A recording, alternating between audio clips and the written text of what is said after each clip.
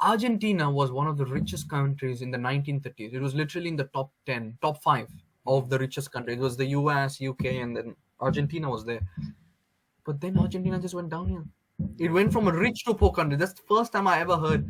I've seen people go from poor to rich. This is like rich to poor. I mean, but they it's didn't innovate. They no competition was not there. They relied on farming. I mean, with based normal farming, not technology farming. mhm. They lost. Yeah, it's related with administration, you know. Yeah. It's like, for example, if you have like, if you are a millionaire or a billionaire, it's okay, it's good. But if you don't know how to administrate your money, Mm. make it work for you, right? They say that Mm. rich people, money work for them, right? Yeah. But you see, rich people are not evil because not all rich people are evil. Why I'm trying to say is, for example, you, a guy with a, let's just say, a very smart guy, you, for example, come up with a restaurant. Mhm, Or no, no, don't even say restaurant. Let's just say something.